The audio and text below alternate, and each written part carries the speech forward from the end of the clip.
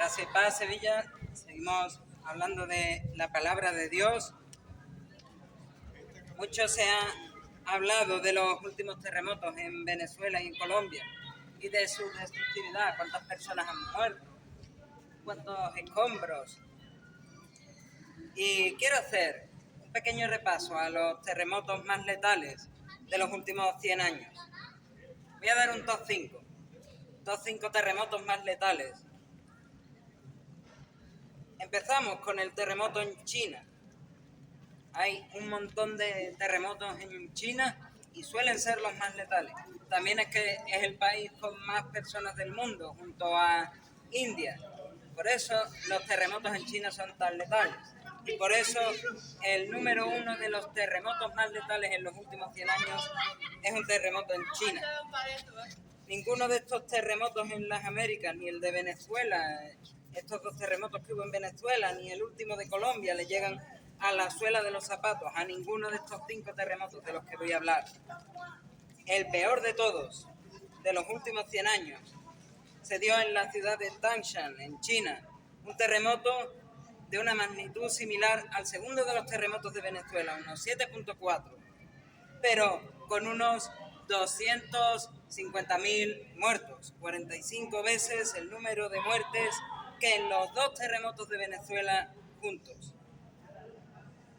En el segundo puesto está el terremoto de 2010 en Puerto Príncipe, en Haití, con unas 240.000 víctimas humanas. Y pese a estar 4 puntos porcentuales por debajo del terremoto de Colombia, sin embargo, la mortalidad de este terremoto es 900 veces mayor aproximadamente. Tercer terremoto, el que ocasionó el tsunami de 2004 y la película de Lo Imposible, y este se llevó a 200.000 vidas humanas. Top 4 y top 5 terremotos más letales de los últimos 100 años. El terremoto de Ancash, en Perú, y el de Cachemira, en Pakistán, suman otras 154.000 almas. Y como sucedió con el COVID-19, olvidamos tragedias históricas y pensamos que es lo peor de lo que puede ocurrir.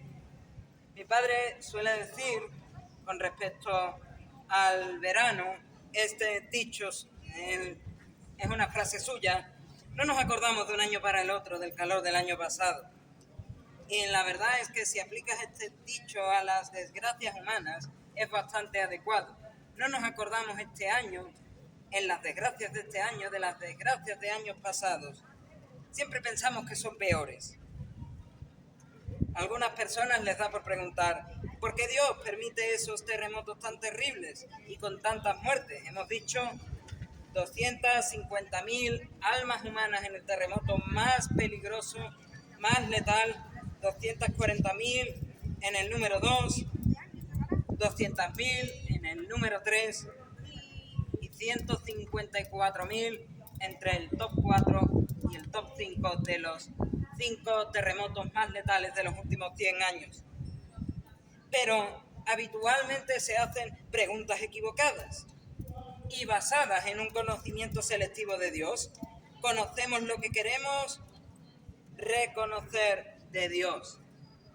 Reconocemos que Dios permite hacer y no hacer, pero no que nosotros hacemos con Dios o dejamos de hacer con Dios lo que le guste o no le guste. Es decir, reconocemos que Dios puede hacer cualquier cosa, pero que nosotros podemos pecar contra Dios. Eso no está en mi mente, eso no está en mi conocimiento.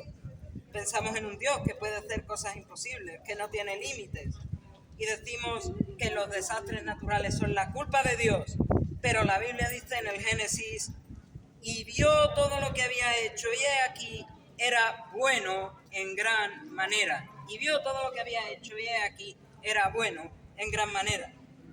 Con todo, muy bueno en gran manera, es bastante improbable que sucedan las cosas malas.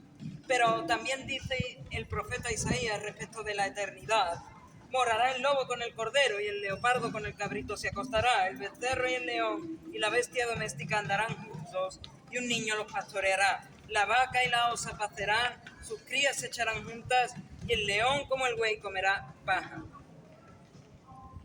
¿Por qué entonces el mal en el mundo? Dice el apóstol Pablo: por tanto, como el pecado entró en el mundo por un hombre y por el pecado la muerte, así la muerte pasó a todos los hombres por cuanto todos pecaron. Pues antes de la ley había pecado en el mundo, pero donde no hay ley no se inculpa de pecado. No obstante, reinó la muerte desde Adán hasta Moisés, aun en los que no pecaron, a la manera de la transgresión de Adán, el cual es figura del que había de venir, que es el pecado. Hablando mal y pronto, ofender a Dios, incumplir sus leyes. ¿Ves que al que no tiene conocimiento de la ley? Pregunta tu conciencia. Quizás no las 613 leyes de Moisés, pero sí hay algunas leyes mínimas puestas por Dios en nosotros para que el mundo no se vaya totalmente al garete. Sabemos que matar está mal, sabemos que robar está mal. Esas son las mínimas leyes que Dios pone en nuestra mente para que este mundo no sea un desastre absoluto, aunque parezca que lo es. Y aún así, el mundo en pecado, que está mayormente gobernado por la influencia demoníaca, tiene esas consecuencias. Terremotos, guerras, hambrunas, tsunamis como el del 2004. Pablo sigue exponiendo: porque sabemos que toda creación gime a una está con dolores de parto hasta ahora. La creación está sufriendo las consecuencias del pecado del hombre y entre estos sufrimientos están los terremotos. He hablado del terremoto de Colombia, he hablado del terremoto doble de Venezuela y del top 5 terremotos más letales en los últimos 100 años. Y todo ello consecuencia del pecado del hombre. El final de estos dolores de parto que se acrecentarán dará lugar a cielos nuevos y tierra nueva. Se aumentará la maldad y con ello se aumentarán las consecuencias hasta tal punto de que este universo será recreado por Dios. Tendrá que ser recreado por Dios. Y todo lo que no acabe en esta recreación acabará en un lugar contrario a la recreación. Todo lo que no acabe en estos cielos nuevos y tierra nueva acabará fuera de estos cielos nuevos y tierra nueva. En cambio, la palabra lo expone como un juicio y una sentencia firme. ¿Dónde van aquellos que no están en el cielo? Y aquellos que no están en esta nueva creación, porque los que están en el cielo irán a la nueva creación. Y los que acaben después de la máxima exponencia de estos dolores de parto, acaben muertos, irán a esa nueva creación. Pero ¿dónde están los que no están ni en un lugar ni en el otro, ni acaban en un lugar ni acaban en el otro? La Biblia declara tajantemente: por cuanto todos pecaron y están destituidos de la gloria de Dios. A esta realidad, destituidos de la gloria de Dios, fuera del cielo nuevo y tierra nueva, la Biblia, la palabra, lo llama el infierno y lo llena de descripciones muy horribles. Pero las Escrituras, cuando hablan de estos terremotos, lo hablan en el orden de un estornudo, de un granito de arena en la playa frente a la letalidad del pecado. 250.000, 240.000, 200.000, 154.000. ¿Qué es eso con el pecado? ¿Qué es eso con la letalidad del pecado? Es un granito de arena en la playa. Es como cuando la gente decía: uy, ¿cuánta gente ha matado el COVID? Y se olvidaban de la peste negra, se olvidaban de la plaga más letal que ha habido. Pues con los terremotos pasa lo mismo. Uy, ¿cuánta gente murió en el terremoto de Tangshan, en China? 250.000 personas. Pero se olvidan que el pecado mata a cada persona que no se arrepiente de sus pecados y vuelve a Cristo. Y eso, siendo muy generosos, es el 90% de todas las personas que han pasado por esta tierra desde el inicio de la raza humana hasta el fin de la raza humana. Si eso no es letalidad, que venga Dios y lo vea. Pero la Biblia también expone una solución y habla también de otros 2 terremotos. Mira qué casualidad, la Biblia habla de otros 2 terremotos cuya descripción es leída en prácticamente todos los lugares del planeta. No hay prácticamente el lugar del planeta de donde no se haya leído una vez al año de estos terremotos. Y podríamos decir que en la historia no hay, no hubo y no habrá terremotos más famosos que estos dos terremotos. Y sin embargo, son los más olvidados. Y la razón de su fama va asociada al personaje que los causó y los eventos grandiosos que lo provocaron. No hay persona igual, no hay evento igual que cause estos dos terremotos tan famosos. Jesucristo no vino al mundo simplemente para enseñarnos a ser mejores personas. Él nació sin pecado, vivió sin pecado, venció todas las tentaciones del diablo, cumplió perfectamente la ley que nosotros hemos quebrantado y por eso tenemos los terremotos y por eso tenemos las guerras. Y sin embargo, se ofreció voluntariamente para cargar sobre sí el castigo que merecían los pecadores, de los cuales yo soy el primero. Mientras él sufría la ira de Dios, en el lugar de aquellos que creerían en él, la creación misma respondió de una forma extraordinaria. Primero, de los dos terremotos más famosos de la historia. Todo lugar en la Tierra, o prácticamente todo lugar en la Tierra, menciona una vez al año este terremoto. Dice el Evangelio, según San Mateo, en el capítulo 27, versículo 51, y he aquí el velo del templo se rasgó en dos, de arriba abajo, y la tierra tembló, un terremoto, y las rocas se partieron. Es a partir de aquí, de este terremoto, que cada persona que pasa por aquí tiene acceso libre, absoluto, a la presencia de Dios, al lugar santísimo de Dios, a lo más santo de los santos, aquel lugar que para un sacerdote que la liase en el día de la expiación, en el único día en el que podían entrar ahí, lo tenían que sacar con una cuerda atada del pie. Así de peligroso era este lugar, y desde que ocurrió este terremoto y el velo del templo se partió en dos, cada uno tenemos acceso libre a este lugar y no tenemos que ir con una cuerda atada al pie para que nos saquen si la liamos.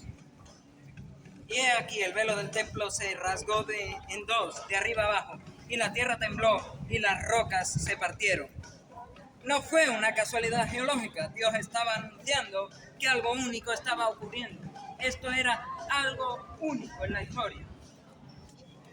El velo del templo, que durante siglos había separado al hombre de la presencia de Dios, fue rasgado en dos, de arriba abajo. El sacrificio perfecto había sido ofrecido.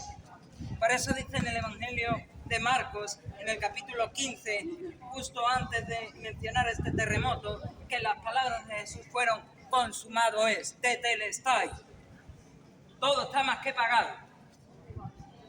Cristo estaba pagando la deuda del pecado que ningún humano podía pagar por sí mismo. Y no terminó la historia en la cruz, ni terminó la historia en el sepulcro. 3 días después vuelve a ocurrir otro terremoto. Este es el segundo terremoto más famoso de la historia y el segundo terremoto más olvidado de la historia.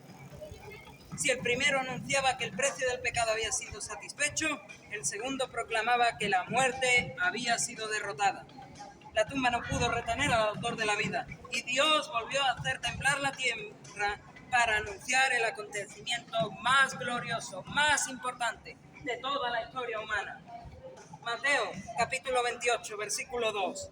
Y hubo un gran terremoto, porque un ángel del Señor, descendiendo del cielo y llegando, removió la piedra del sepulcro y se sentó sobre ella.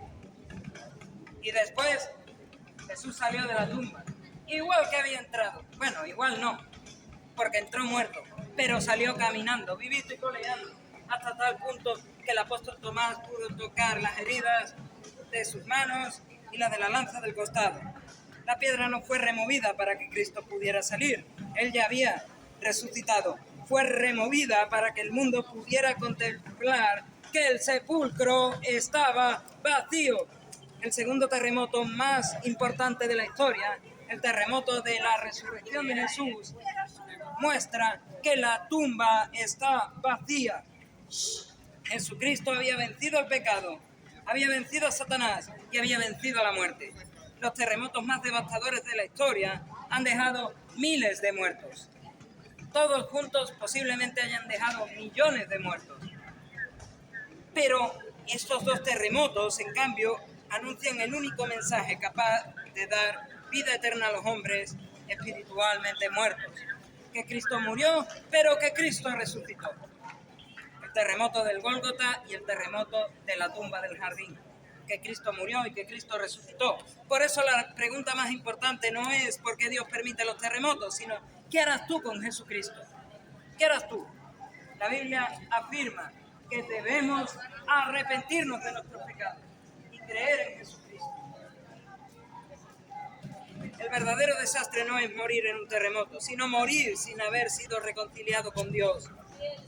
Pero Dios en su misericordia ha provisto el único camino de la salvación. El Padre envió al Hijo, el Hijo vivió la vida perfecta, murió en la cruz y resucitó al tercer día, y el Espíritu Santo llama hoy a los hombres a arrepentirse y a creer, aplicando eficazmente la obra de Cristo a todos los que creen. La respuesta de Dios, la respuesta que Dios demanda, no es esa compensación. He mentido, le doy un bocadillo a un pobre. He robado, abro un orfanato. No. Consiste en que nos arrepintamos de verdad, reconociendo nuestro pecado, sintiendo dolor por haber ofendido a Dios y tratar de abandonar nuestra rebeldía, clamando por su perdón. Pero también que creamos que Jesús murió por nuestros pecados conforme a las Escrituras, fue sepultado y resucitó al tercer día conforme a las Escrituras. Y que esto es demostrable, más que suficiente, y que hizo méritos más que suficientes para que hoy un terremoto no nos mande derecho al infierno por habernos matado, sepultado entre los escombros de un edificio. El fin de todo el mensaje es este: reconoce que has pecado contra el Dios Santo, porque un día serás juzgado por Él. Huye de la condenación eterna, refugiándote únicamente en Jesucristo, quien murió por los pecadores y resucitó para dar vida eterna a todo aquel que se arrepiente de sus pecados y cree en Él. Y que así puedas tener la vida eterna e ir un día a ese cielo, y si no, a esos cielos nuevos, tierras nuevas, donde mora la justicia, para que le deje a Dios toda la gloria, la honra y la alabanza que solo Él merece. A Él sea la gloria. Amén.